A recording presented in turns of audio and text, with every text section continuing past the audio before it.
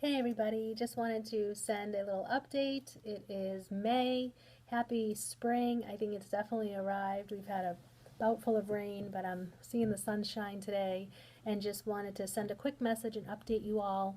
And thank you for your continued love and support, prayers, financial donations, and the items that you may have sent for Bags of Hope. Lots of happening, lots of growing, and just wanted to help explain really a little bit more about what I do, because people keep asking me, what is it that you do? And I say, well, there's really three basic things that I do. One, I have an outreach ministry, which you know is Bags of Hope, as the way we outreach to ladies on the streets or living in programs all around the greater Boston area. We outreach to them by giving them practical needs, because I know these ladies that are on the streets or in programs are in need of soap and toothpaste and toothbrushes, socks and nail polish, and all those items that go into the Bags of Hope. So that's our outreach arm.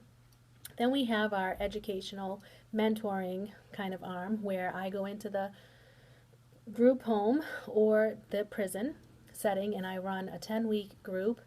So right now I'm running a group at a woman's halfway house in Lynn. We just finished 10 weeks, so actually I've just started another 10-week process.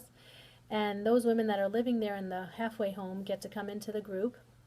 It's an hour long each week, and we talk about things like healthy boundaries, coping skills, helping to identify. I will tell you that the majority of women that go through the halfway house have been commercially sexually exploited. Not all of them per se have been trafficked, but a lot of them have been forced into the commercial sex trade through all types of abuse and manipulation and coercion, and especially because of a drug addiction. So that is my main reason for going into the halfway house, to help these women understand and identify their stories, because I want to help them realize that there's power in their stories. They don't have to walk in shame. They are not the only ones that have been through similar situations. We all share that in that setting, and so I share my story in a really authentic and transparent way, and then their lives change. I've really seen tremendous growth from these ladies, and through running that support group, I've actually been able to maintain relationships with the ladies once they graduate and move on. Some have volunteered for Bags of Hope. Others I'm starting to take under my wing and bring places with me as I speak and share my story, if that's ever something they're interested in doing, to help train them and help them grow into being survivor leaders in this huge anti-trafficking movement we have going on. So that's one of the ways that we do that. The one group that I was running in the South Middlesex Correctional Center in Framingham, instead of doing the group, we've changed it into me having office hours. So I'm actually partnered with Heather Whiteman from the RIA House.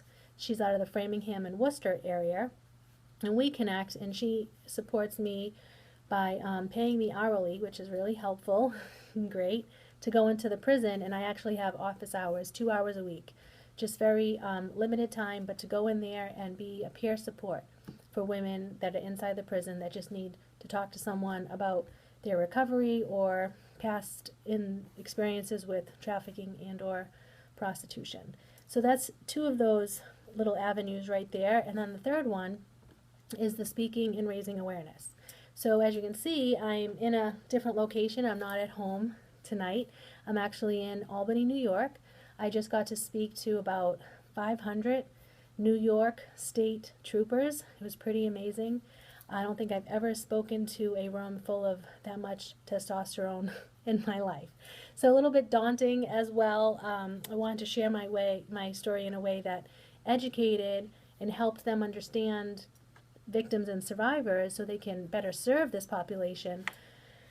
But it was also very hard because I was speaking to a lot of men, and sadly, we know that the reason why there is so much sex trafficking is because of the demand, right? Because men purchase sex. And I've actually had a really horrible time in my trafficking experience with law enforcement, and they were either purchasing the sex or they were in on it, keeping the places open that were running illegal brothels, right? So it was a really tricky thing to have a discussion with them, but I paired up with a woman. Her name is Courtney Albert, and she is from Give Way to Freedom, which is another nonprofit organization that empowers and supports survivors of trafficking. And so I partner with her, and she's a trauma specialist, so she's able to give the whole presentation on the trauma and the recovery, and all the clinical terms as I share my story, and then we come together and blend it in for a really good hour-long presentation, which I was thrilled to do. So those are the things that I do.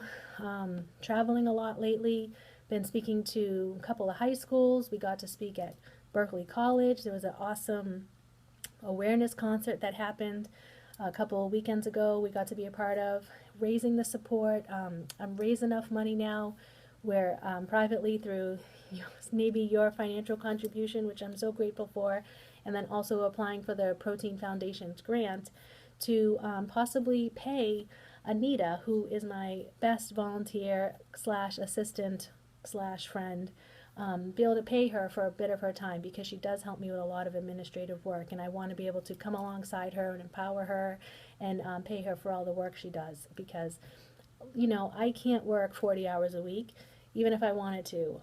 I'm learning early in this ministry that I have to be in balance and be there for my young kids. As you may know, I have a 7-year-old and a 4-year-old, and there's a lot to that, raising those little kids, and I want to be available and be there for them. And why not, if I've raised enough money to be able to help Anita continue to grow and be in ministry with me, I need a partner, right? I need someone to help me do all this work, and she's a great help, and I'm really grateful for her, and I'm grateful for you and all your support. So you can keep me in your prayers. Always in need of that. There's a lot of amazing things happening in my personal life with reconciliation of me and my ex-husband, who we've been separated and divorced for a few years now, but the Lord has done a pretty amazing work in each of us separately and has seemed to brought us back together. So it's pretty amazing and awe-inspiring what the Lord can do when you just give him the time to work. So that's what's happening in my life personally, so you can definitely keep me in prayer with all that. Needs for the ministry, we're always in need of donations for the bags. There's a list that I will provide at the bottom of this newsletter to let you know the exact needs where you have some specific needs. So if you feel led to donate, you can feel free to drop them off at the Emmanuel Gospel Center. That would be wonderful, or maybe send me an email and we can connect. So thank you so much. Please email me with any questions or thoughts or any ways you'd like to be involved. And just have a blessed week. Thanks.